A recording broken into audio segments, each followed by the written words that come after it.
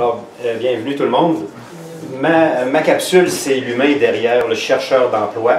C'est-à-dire qu'au lieu d'en avoir fait une capsule, genre comment faire son CV, où aller cogner, j'ai préféré, disons, regarder, étant donné que moi j'ai un biais psychologique parce que j'étudiais beaucoup en psychologie, et je vois tout le temps le côté un peu psychologique d'une personne lorsqu'elle cherche un emploi. Et donc, le plan de ma présentation, alors, tout le temps, il y a le mot « une personne » qui est présentement à la recherche d'emploi. Quand une personne cherche un emploi, c'est une personne qui a une connaissance de soi, qui l'amène à dire « je vais aller dans ce domaine-là ». C'est une personne qui a une attitude positive, défaitisme. C'est une personne qui a des rêves. Chacun de ces thèmes-là vont être développés dans ma présentation. Vous avez droit à vos rêves, vous avez une motivation, vous avez des émotions quand vous faites face aux recherches d'emploi. Vous avez une personnalité, hein? Vous avez un passé, vous avez des aptitudes, des habiletés, des talents. Vous avez des opportunités qui naissent partout à saisir. Vous avez des contraintes de vie. Vous allez avoir du succès. Donc, en gros, ça sera ma présentation. Alors, ma première portion, c'est la connaissance de soi. C'est clair, on ne peut pas, disons, aller dans l'emploi puis ne pas se connaître. D'abord, il faut dire une chose, c'est que lorsqu'on entre dans l'emploi, on rouvre une portion, c'est comme quand on se marie, c'est comme quand on fait des choses importantes. C'est un événement important, ce n'est pas anodin nécessairement un emploi. Ça peut nous marquer, ça peut nous créer, nous motiver, nous désespérer. Donc, il faut prendre ça avec beaucoup de sérieux. Pour bien aller dans l'emploi, l'idéal, c'est de mieux se connaître. Quelqu'un qui ne se connaît pas, il prend n'importe quoi, mais il aussi va recevoir n'importe quoi. Donc, aucune richesse n'égale celle de connaître les forces, tes forces, et de devenir le meilleur de toi-même. C'est bien simple, mais c'est une grande richesse. Plus tu te connais, plus tu vas être fort. On a une boussole intérieure. Chacun a sa boussole intérieure, le chemin vers la connaissance de soi. Chacun a sa méthode. Il y en a qui vont suivre des cours, d'autres qui vont faire des analyses, d'autres qui vont se faire... Chacun a son parcours. Donc, respecte ton parcours, mais il faut que tu en aies un parcours pour te connaître. Alors, c'est sûr qu'il ne faut pas t'aies peur de foncer à l'intérieur de toi pour te connaître. Tu vas peut-être avoir des surprises, peut-être une boîte de Pandore, peu importe. Il faut foncer. Parce que les bénéfices de la connaissance de soi sont énormes. Alors, vous êtes le centre des choses. Vous avez des intérêts, vous devez les connaître. Vous avez une personnalité, vous avez des attentes, vous avez des aptitudes, vous avez des valeurs à respecter. Vous ne prendrez pas n'importe quel job parce que c'est contre vos valeurs. Donc, c'est à vous à connaître tous les autres cercles autour de vous, toutes ces choses qui font que vous êtes vous et qui vont être, vous êtes la personne qui va être intégrée dans votre nouvel emploi. Alors, et oui, les deux vont ensemble, estime de soi et connaissance de soi. Plus vous allez vous connaître, plus vous allez vous aimer. Si vous ne vous aimez pas, ça ne va pas bien. C'est un principe universel, se connaître, il faut s'aimer pour pouvoir avancer dans la vie. Et la connaissance de soi est liée à l'estime de soi. Alors, la mauvaise connaissance de soi est pire que de ne pas connaître du tout. C'est que ce que nous pensons déjà connaître qui nous empêche souvent d'apprendre aussi. Donc, des fois, on a des connaissances erronées et on fonce et puis on s'en va dans des directions qui ne sont pas nécessairement nos directions parce qu'on a une connaissance parfois biaisée des choses. Mais bon, essayez d'entrer dans la connaissance de vous avec la lumière de ce que ça prend pour que vous soyez heureux, parce que l'emploi va prendre une grosse portion, on peut prendre 8 heures, 10 heures par jour. Non seulement ça, il va gruger votre temps aussi quand vous ne travaillez pas. Il va vous inonder de pensées constamment, d'ambition, de toutes sortes de choses. Donc, ce n'est pas quelque chose à prendre à la légère. Donc, il faut se connaître. Et si tu as fait le mauvais choix, tu vas être inondé par la mauvaise chose constamment. Alors, je ne veux pas m'attarder parce que ça pourrait durer longtemps. On va continuer avec l'attitude. L'attitude, c'est très important. L'humain, d'ailleurs, la personne est une personne qui a une attitude. Ça a l'air bien simple. Eh bien, une des grandes découvertes de la génération, William James, c'est lui lui, c'est le fondateur de la psychologie aux USA. Il est mort en 1910 quand même. Alors, l'être humain peut changer sa vie juste en changeant son attitude. Ça a l'air bien simple, mais c'est sérieux, ça. Là. The greatest discovery of my generation, c'est que l'être humain peut altérer sa vie en changeant son attitude. Alors, voici ici l'attitude. Ça, ici, ce qu'on voit de l'extérieur, c'est vos connaissances, vos habiletés. Les autres le voient par votre CV. Mais l'iceberg, là, dans le fond de l'iceberg, c'est inconnu des autres au départ. C'est toute votre attitude qui fait que vous allez faire, à partir de ce que vos ressources, vous allez les exploiter ou pas. C'est très important, ça, de ne jamais oublier. Si vous êtes négatif, jamais vous allez utiliser vos affaires, vous êtes négatif, vous avez une mauvaise attitude. Alors, ici une petite phrase qui, dans le fond, est très imagée, mais c'est votre attitude et non votre aptitude qui détermine votre altitude. Alors, oui, c'est ça. Pourquoi? Parce que tu peux avoir moins d'attitude, mais tu es tellement motivé, tu as une telle belle attitude que ça dégage. Les gens aiment toujours voir quelqu'un de motivé, quelqu'un qui fly haut, même s'il ne fait pas des grandes choses. Alors, c'est ça. Notre attitude envers la vie détermine l'attitude que la vie aura envers nous. N'oubliez pas ça. Earl Nightingale, c'était un speaker motivationnel qui était considéré comme le doyen des coachs en développement personnel aux États-Unis dans le passé. Alors, c'est ça. L'attitude, restez positif, ne vous découragez pas, c'est très important. Foncez toujours. Des rêves. Vous avez des rêves. Des fois, on dit « Ah non, suis pas tes rêves, c'est trop flyé. » Mais en même temps, vos rêves, c'est ce qui est de plus profond quelque part. C'est ce que vous voudriez être. Alors, continuons avec les rêves. Dans le fond, même une fraction de ton rêve va te combler de joie parce que c'est un rêve. Rêver de grandes choses, cela te permettra d'en faire au moins de toutes petites. Hein? Alors, il faut avoir un rêve dans la vie. Le rêve d'autrui n'est pas nécessairement le tien, mais si tu ne suis pas tes rêves, quelqu'un t'engagera pour que tu l'aides à suivre les siens. Donc, c'est pas compliqué. Hein? Il y a des gens qui ont des rêves plus grands que d'autres, puis ils t'embarquent dans leurs rêves si toi, tu n'es pas capable d'avoir ton rêve à toi. Hein? Donc, voilà. Si tu ne sais pas où tu vas, tu risques fort de te retrouver là où tu aurais préféré ne pas aller. Donc, si tu ne poursuis pas ce que tu désires, tu risques bien de ne l'obtenir jamais. Donc, plus tu sais ce que tu veux, plus tu l'atteins. Alors, prends ta destinée en main. La meilleure façon de réaliser ses rêves, c'est de se réveiller. Il faut se réveiller, il ne faut pas s'endormir, il faut foncer. N'oublie pas d'agir. Un rêve sans plan n'est qu'un souhait. Donc, il faut passer à la réalité. Garde les pieds sur terre. Ne te laisse pas influencer par tes problèmes. On va revenir tantôt, le dernier paragraphe, le dernier chapitre, c'est les contraintes de la vie, il faut manger, il faut tout ça, mais quelque part, ne te laisse pas trop influencer par tes problèmes. Laisse-toi guider par tes rêves. Ça ne veut pas dire de perdre les pieds de la terre, c'est ça. Bonjour. Allô, Salut. Germaine. Salut, Germaine. OK, alors maintenant, l'être humain, c'est aussi une personne qui a une motivation. Alors, on va développer un peu la motivation. Bon, la motivation, ce qu'on ne veut pas, c'est peut-être que tu t'écrases devant ton sofa, puis que tu regardes la télé, tu bois de la bière, puis tu ne bouges pas. Donc, plus tu as de la motivation, plus tu vas t'activer. Donc, c'est quoi sa motivation à cette personne-là? Voilà ici, c'est quoi qui te fait avancer? Alors, la fameuse carotte, c'est quoi ta carotte? Alors, parce que là, il faut que tu l'atteignes parfois, ta carotte, hein? Mais il faut que tu en aies tout le temps une devant toi qui te fait avancer. Donc, il faut se comprendre. Alors, on parle besoin, motivation. Tout le monde sait qu'au départ, il faut quand même...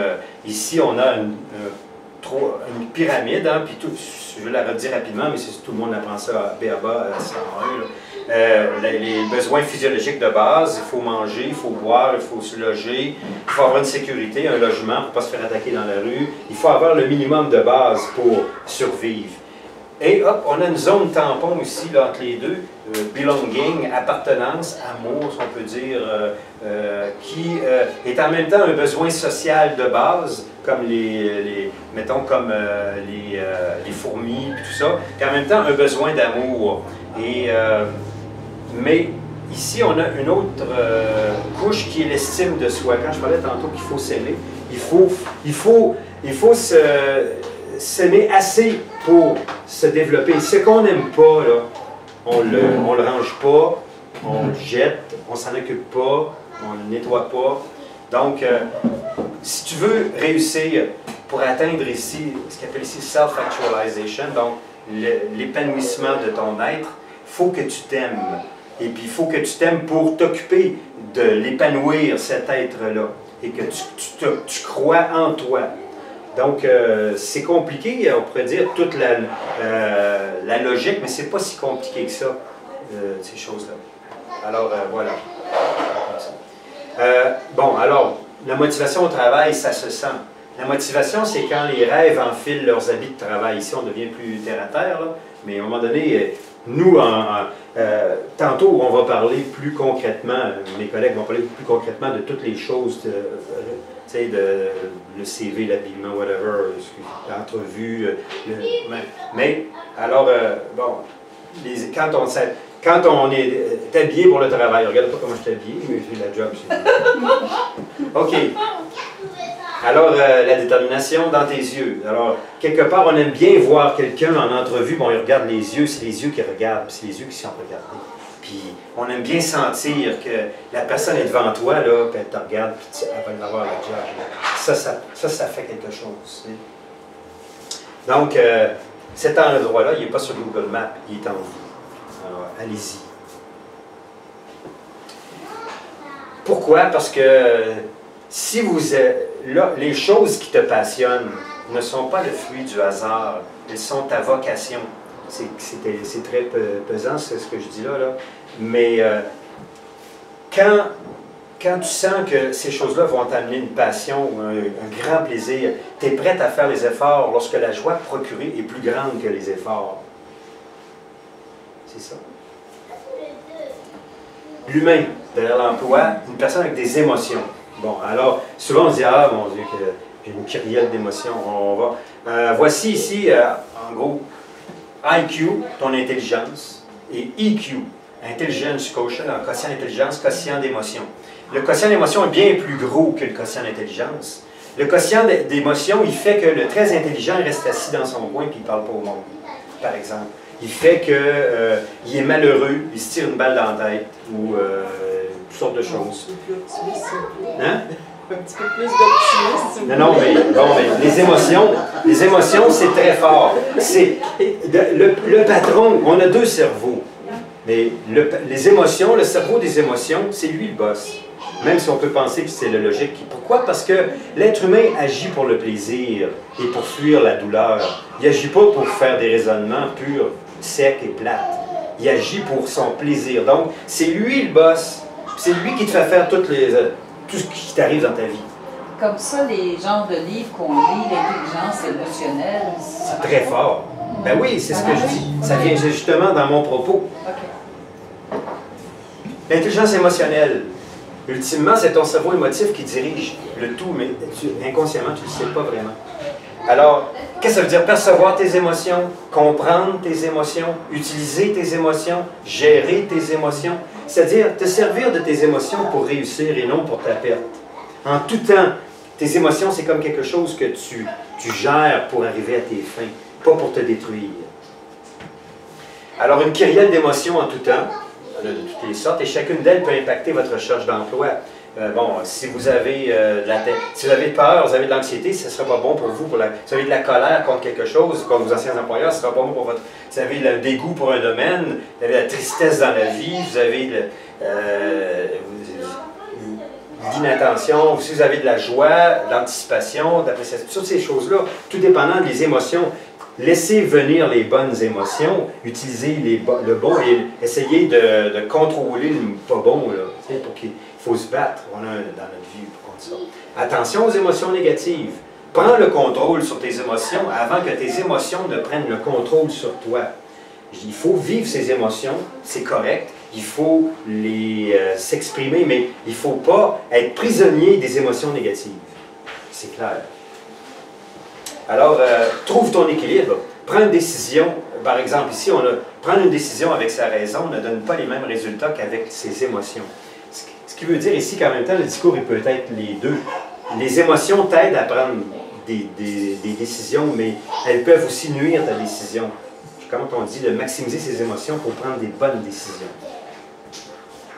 Par exemple, un beau proverbe, si ne promets pas lorsque tu es heureux, ne réponds pas lorsque tu es en colère, ne décide pas lorsque tu es triste. Alors, trouver le moment des choses. Derrière l'humain, il y a une personnalité. Alors, sois toi-même. Laisse ta personnalité et tes croyances briller à travers chaque phrase que tu écris et chaque parole que tu dis. Tu es parfait comme une œuvre d'art. Chaque personne, même si vous sentez que vous avez des limites, vous êtes parfait comme une œuvre d'art. Et il faut ne pas avoir peur d'être soi-même, de croire en soi, de briller et d'être, et de parler, et de s'affirmer. C'est très important. Des qualités humaines qu'il faut absolument, j'en ai sorti 650. Si vous cherchez vos qualités, là, vous en avez du choix, là, on n'en parlera pas, mais je veux dire qu'on a un gros menu de qualités sur l'Internet, là, puis c'est pas un problème. Si vous ne les trouvez pas, c'est parce que vous ne voulez pas vous en trouver. C'est votre attitude qui vous empêche de les voir. Il y a aussi, j'avais 150 qualités, mais il y a 192 défauts, mais là, on va laisser cette liste-là, gardez-la pour vous, disons. On va essayer. Ça équilibre un petit peu. Bon, l'humain, il y a un passé aussi. Eh oui. Alors, le passé, l'avenir, le présent. Et le présent, c'est nord. Si vous êtes tout le temps, toute votre vie, j'ai une nouvelle à vous dire, toute votre vie, vous allez être dans le présent. Vous ne serez jamais dans l'avenir ni dans le passé. Vous allez toujours être dans le présent. On va venir un petit peu avant. C'est ça. Donc, quand je disais hier, ben, votre CV reflète ce que vous avez été hier dans ce que vous déclarez comme compétences, comme expérience, comme formation, ce que vous avez fait, tout ça. Et puis, vous avez on va en parler tantôt du CV. Et en avant, ben, c'est vos objectifs. Alors, lui, il dit, je me concentre sur l'objectif et j'oublie ce qu'il y a autour. Ben, enfin.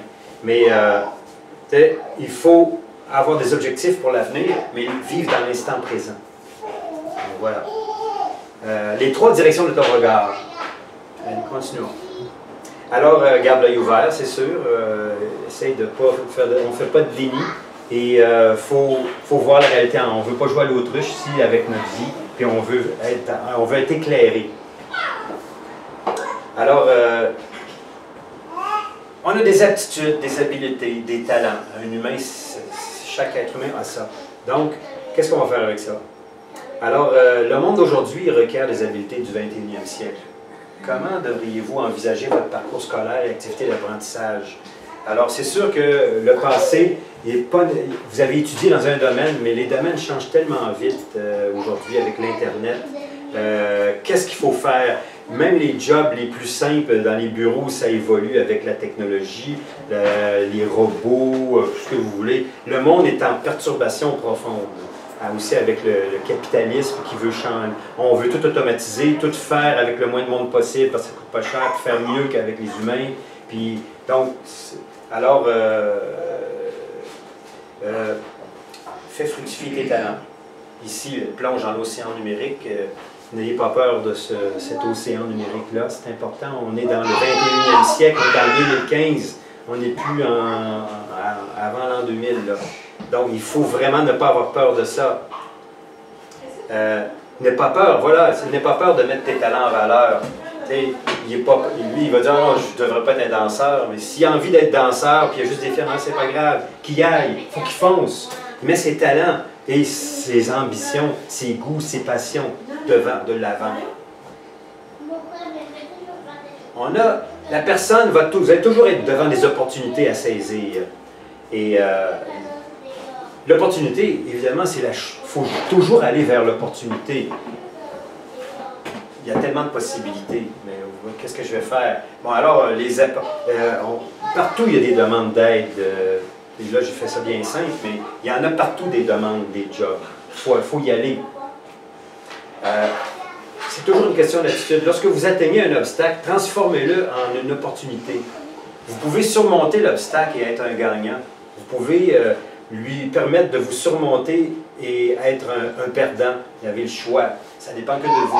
Quand vous voyez un obstacle, c'est soit que vous le transformez en opportunité ou vous le laissez obstacle constant et il n'y aura jamais eu d'opportunité avec ça. Mais le génie, c'est d'amener justement les obstacles en des opportunités, les échecs en des opportunités.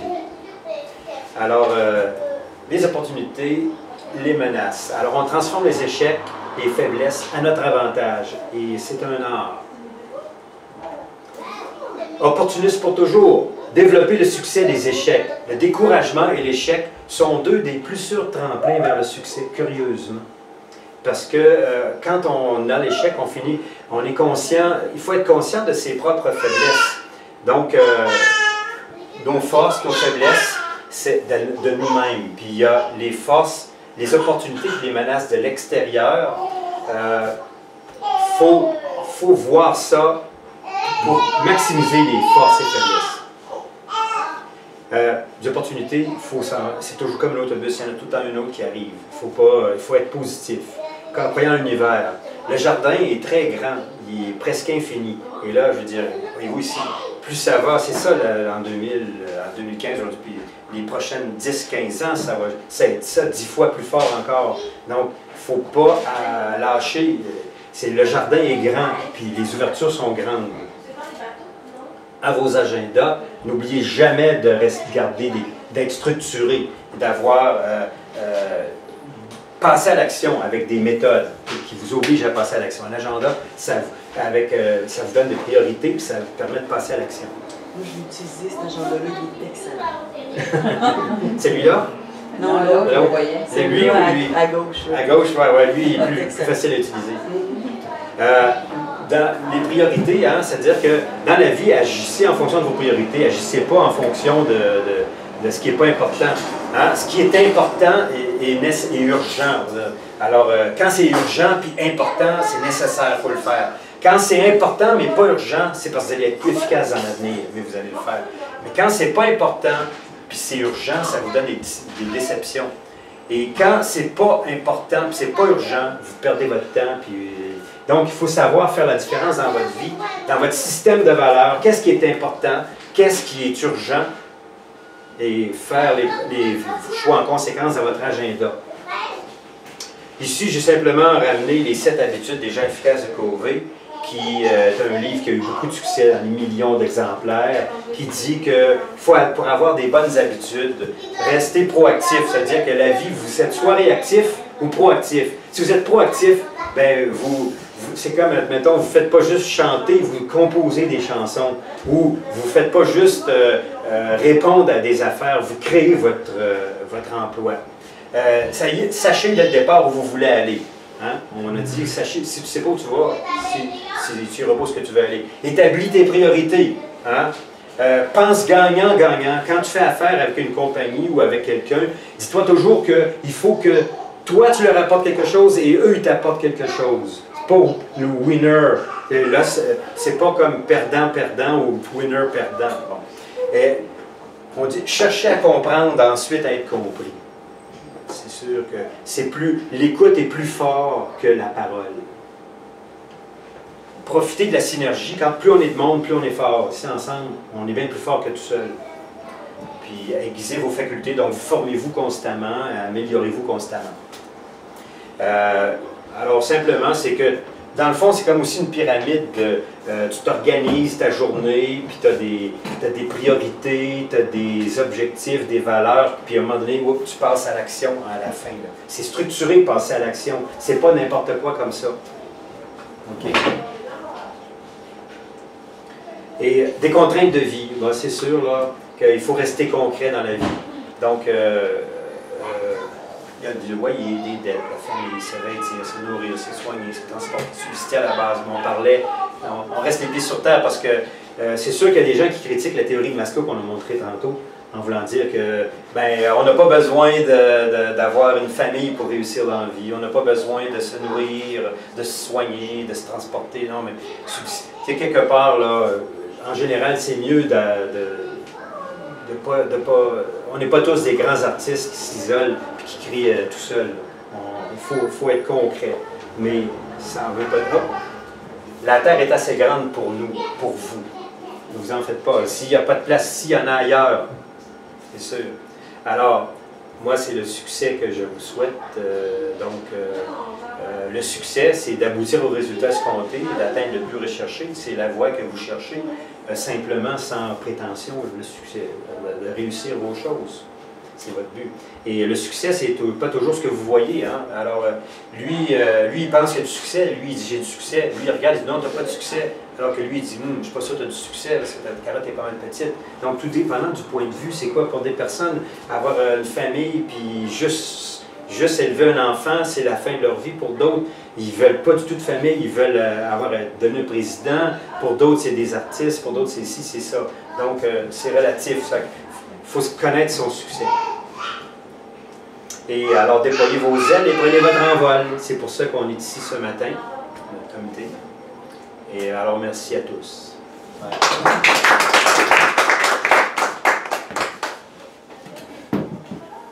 Est-ce que certains ont des questions ou des réactions, certains points qu'ils voudraient approfondir avant de passer à la capsule suivante? On va voir la Ouais. Donc, il peut continuer. Voilà, on va avoir une copie de la présentation. Ah oui, ben, je pense qu'il peut. Ouais. Mais là, ici, Ouais. Ben, si tu veux, je pourrais te la donner en version numérique. Je n'ai pas compris, on va voir Une copie, il y a une personne. qui a parlé. Oui, il y a une personne qui a demandé ça. Il faudrait juste que tu Oui, moi j'ai droit d'apporter des... Ok. Oui, j'ai pas de PowerPoint, j'ai pas de copie de rien. Oui, c'est correct. Moi, c'est une copie d'autre jour, jamais. Ah.